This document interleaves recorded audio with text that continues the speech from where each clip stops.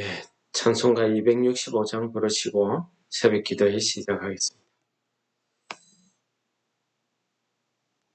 주 십자가를 지심으로 죄인을 구속하셨으니 그 피를 보고 믿는 자는 주님의 진노 면하겠네.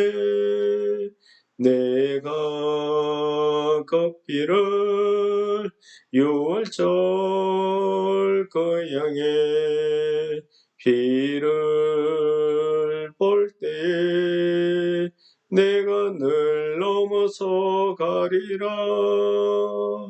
흉악한 죄인 괴수라도 예수는 능히 구원하네. 온몸을 피에 담글 때에 주님의 진노 면하겠네. 내가 그 피를 유월절 그 양의 피를 볼 때에 내가 늘 넘어서 가리라.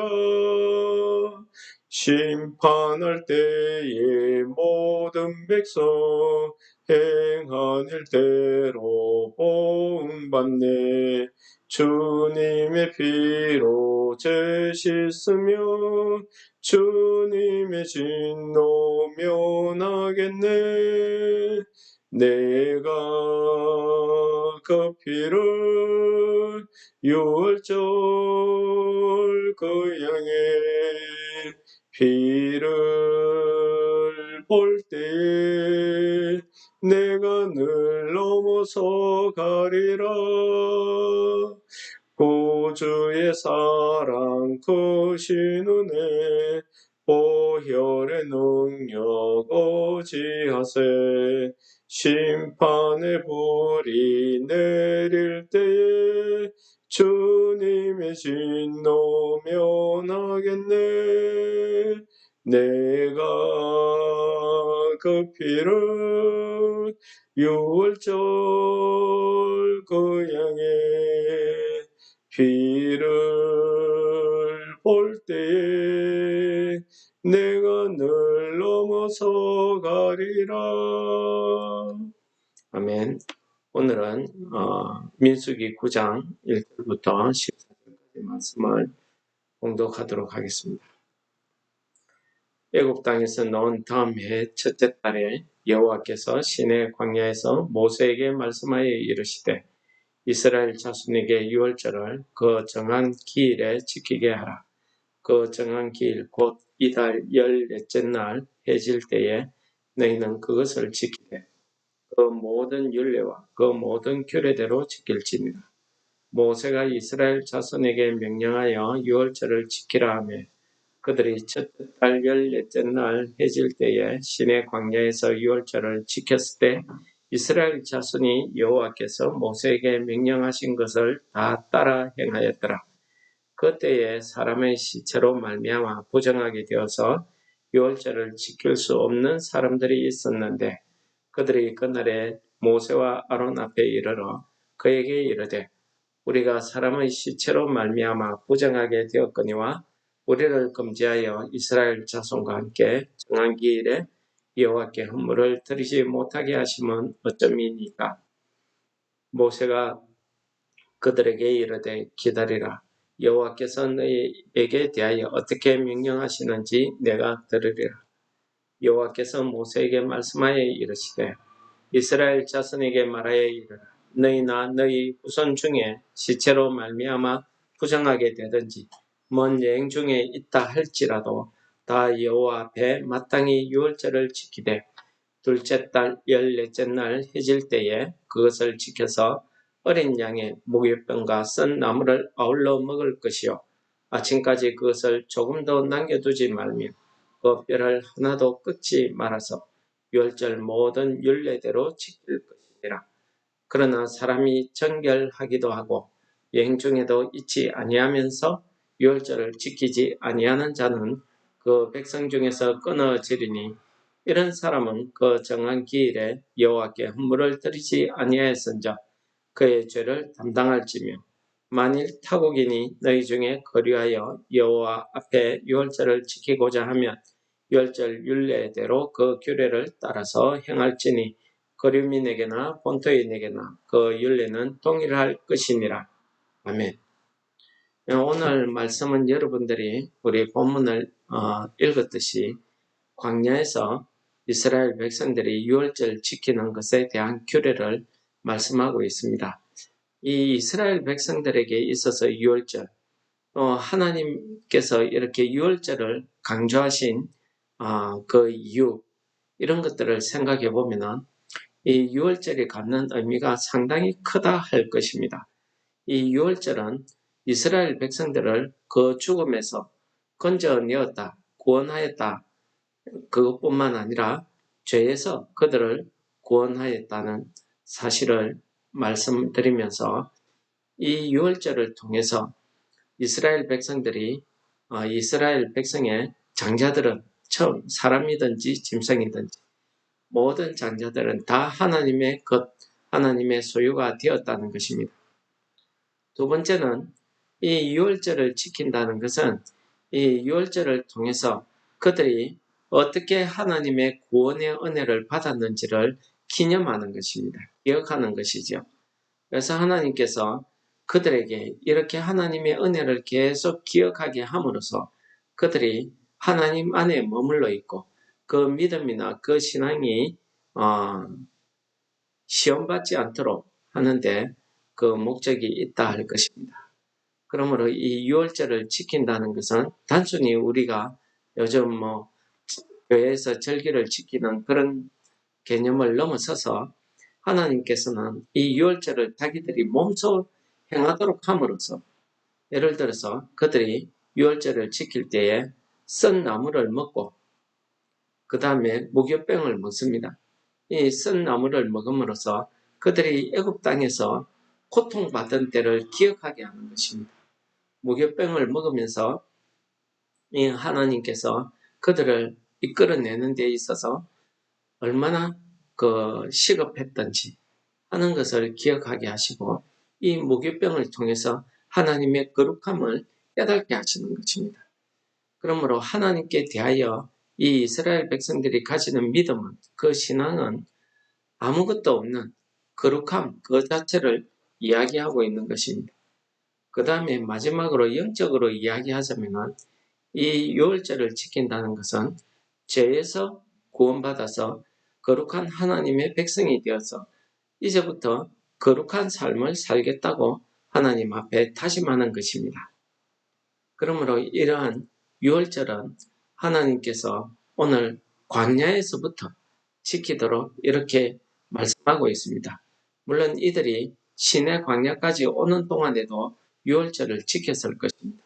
그러나 시내 광야에서 하나님의 말씀이 명령이 모세를 통해서 그들에게 전달될 때에 그들은 그즉시 그달 첫째 달 14일 저녁부터 유월절을 지킨 것으로 기록되고 있습니다. 이렇게 유월절을 지키고 있는데 한 가지 문제가 생겼습니다. 무슨 문제입니까? 오늘 본문에 가장 많은 양으로 나타나는 게 시체로 인해서 자기가 부정하게 된 사람들의 경우가 되겠습니다. 유월절을 지키려고 했으나 자기의 여러 가지 사정에 의해서 또 자기가 장례를 치rum으로써 시체를 만지게 되어서 스스로 부정하게 된 경우가 되겠습니다. 어쩔 수 없는 경우지요. 이런 경우에 레위기서에 있는 규례대로 7일 동안 그들이 정결하게 되는 기간을 가지게 될 것입니다. 7일 후에 자기의 몸을 씻고 정결하게 된 다음에 진영 안으로 들어와서 이스라엘 자손으로서의 그 권리, 의무를 다하게 되는 것입니다. 그런데 이렇게 뜻하지 않게 시체의 죽음으로 인해서 부정하게 된 때에 유월절을 맞이한 경우가 되겠습니다. 이런 경우에는 그들이 나와서 유월절을 지킬 수가 없습니다. 그런데 오늘 하나님의 말씀에 보시면은 이런 사람들을 위한 유월절 규례를 또 하나 만들어 주시는데 그 다음 달 유월절을 한 번 더 지키도록 이렇게 이야기하고 있습니다. 그러므로 우리는 하나님의 율례와 규례를 이야기할 때에 엄격하게 이야기해서 딱 이렇게 하지 않으면 안 된다 하는 이런 율법주의적인 이런 신앙관을 가지면은 안 될 것입니다. 오늘 말씀에도 보시면은 하나님께서는 그렇게 어쩔 수 없이 부정하게 된 사람들을 위해서 제2의 유월절에 관한 규례를 이렇게 만들어 주시는 것을 우리가 볼 수 있는 것입니다. 하나님께서는 우리의 이 땅에서의 삶에 어쩔 수 없는 부분, 인간의 연약함 이런 것도 하나님께서 다 고려를 하시더라는 것입니다. 그래서 이렇게 유월절의 규례를 지키도록 그렇게 하나님께서 허락하십니다. 이 과정에서 보면은 이 새로 시체를 만져서 부정하게 된 사람들이 모세 앞에 나와서 우리는 왜 못 지키게 하느냐 했을 때에 이 모세의 행동입니다. 모세가 자기 마음대로 너희들은 이렇게 해라 저렇게 해라 하지 않았습니다. 오늘 말씀에 보니까 내가 여호와께 물어볼 테니까 너희들이 기다리라 는 말씀으로 대체하는 것을 볼 수가 있겠습니다. 바로 이것입니다. 우리는 무슨 일이든지 하나님 앞에 나서 우리가 해결할 수 없는 문제는 하나님께 묻고 기도하며 기다리는 이런 믿음의 자세가 필요한 것 같습니다. 이런 믿음의 자세가 있어야 되는데 우리의 삶의 가운데 보면은 너무 답답해서 우리가 기다리지 않고 자기 마음대로 하는 겁니다. 예를 들어서 이스라엘의 사울왕 같은 경우가 그렇지요. 사울왕이 하나님의 명령을 어긴 다음에 사무엘 선지자의 책망을 받고 나서 그가 하나님께 기도합니다. 그런데 하나님께서 그에게 응답지 않으십니다. 하도 답답한 나머지 그가 누구를 찾아갑니까? 한 여자를 찾아갑니다. 영혼을 불러들이라. 그래서 그가 그 죽은 사무엘의 영혼을 부르는 이런 죽은 사람의 영혼을 부르는 이런 일을 하는 것을 볼 수가 있습니다. 이게 하나님 앞에 잘못된 하나님이 없는 사람들이 하는 행위지요. 우리도 마찬가지입니다. 우리가 어떤 일을 당하든지 우리 스스로가 하나님이 응답하실 때까지 참고 기다리는 이런 믿음이 필요한 것 같습니다. 그 다음에 오늘 마지막으로 이 아무 사정 없이 유월절을 지키지 않는 사람에 대한 규례를 또 하나님께서 말씀하고 있습니다. 여행을 다닌다든지 그 다음에 어쩔 수 없이 부정하게 되었다든지 이런 아무 사정 없이 유월절을 지키지 않는 사람들 이런 사람들에 대해서는 하나님께서 분명하게 말씀하고 있습니다. 내 백성 중에서 끊어지리라. 예, 이것이 하나님께서 분명하게 하신 규례가 되겠습니다. 유월절을 지키지 않는 것을 내 백성 중에서 끊어진다는 이 말은 하나님의 그 믿음에 하나님의 백성에서 떨어져 나온다, 쫓겨난다는 그런 뜻입니다. 하나님의 백성에서 쫓겨난다는 것은 비록 이 땅에서의 삶에 자기 육신에 아무런 이상이 없다 할지라도 이것은 구원의 문제고 이것은 하나님께서 나를 구원해 주신 하나님을 멸시하는, 경멸하는 이런 죄가 된다는 사실을 깨달아야 하는 것입니다. 그러므로 하나님께서 우리에게 주신 이러한 여러 가지 규례와 절기, 이런 기념에 대해서는 우리가 하나님을 경외하는 마음으로 이러한 규례를 다 행해야 될 것입니다.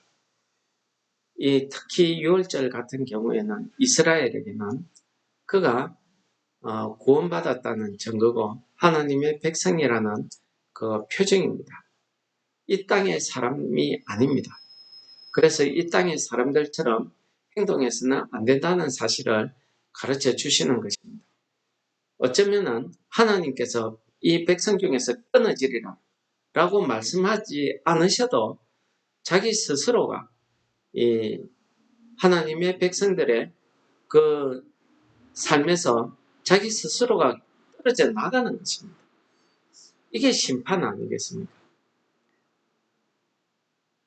우리가 오늘 광야에서 유월절을 지키는 내용에 대해서 말씀을 읽었습니다. 오늘 하루 우리의 삶도 마찬가지 아니겠습니까? 우리가 구원받은 자로서 우리가 그리스도인으로서의 우리에게 주어진 삶이 있습니다. 이 삶은 하나님의 구원의 은혜를 기억하면서 우리가 어떤 경우에도 하나님께서 우리의 마음을 보시는 겁니다. 우리가 사정상 이렇게 함께 모여서 예배드리지 못하는 이런 경우가 있습니다. 그러나 이것을 이렇게 온라인으로 드리는 예배를 예배 아니라고 주장하시는 분들도 있습니다. 과연 그럴까요? 그건 그 사람의 신앙입니다. 그러나 오늘 말씀에 비추어 보면은 하나님께서 이 코로나 사태에서 어쩔 수 없이 우리가 온라인으로 드리는 이 예배조차도 하나님께서 기쁘게 받으실 줄을 믿습니다. 그러므로 우리가 비록 온라인상으로 드리는 예배지만은 하나님께서 기쁘게 받으시는 예배가 되도록 우리의 몸과 마음과 정성을 다해서 예배를 드려야 된다고 생각이 듭니다. 그러므로 우리의 매일의 오늘 하루를 시작하기 전에 하나님 앞에 이렇게 말씀을 듣고 또 기도함으로 이렇게 하루를 시작한다는 것은 그리스도인으로서의 참 하나님 앞에 거룩한 삶이라 이렇게 말하지 않을 수가 없겠습니다. 그래서 이런 시간을 귀하게 여러분들이 생각하시고 오늘 하루도 우리가 그리스도인으로서의 우리의 형편이 어떠하든지 상관없이 그리스도인으로서의 삶을 다 감당하시는 성도 여러분들 되시기를 축원합니다. 기도하겠습니다. 광야 같은 어려운 삶을 살아가는 우리에게 오늘 말씀을 통해서 우리의 모든 형편과 처지를 아시는 하나님께서 우리가 이 땅에서 하나님의 자녀들로서 그리스도인들의 삶을 살 수 있도록 우리의 연약함을 우리의 사정을 아시고 또 피할 길을 허락하시는 하나님 아버지 그 은혜에 감사하며 오늘 하루에 우리의 삶 가운데서도 우리에게 긍휼을 베푸시는 이러한 하나님의 은혜가 우리의 삶 가운데 가득 넘치며 우리가 하나님 앞에 감사하는 그러한 하루가 될 수 있도록 성령 하나님 우리의 삶을 주관하여 주시옵소서. 예수님 이름으로 감사 기도드립니다. 아멘. 우리 이 시간에 하나님 앞에 기도하는 시간을 가지도록 하겠습니다.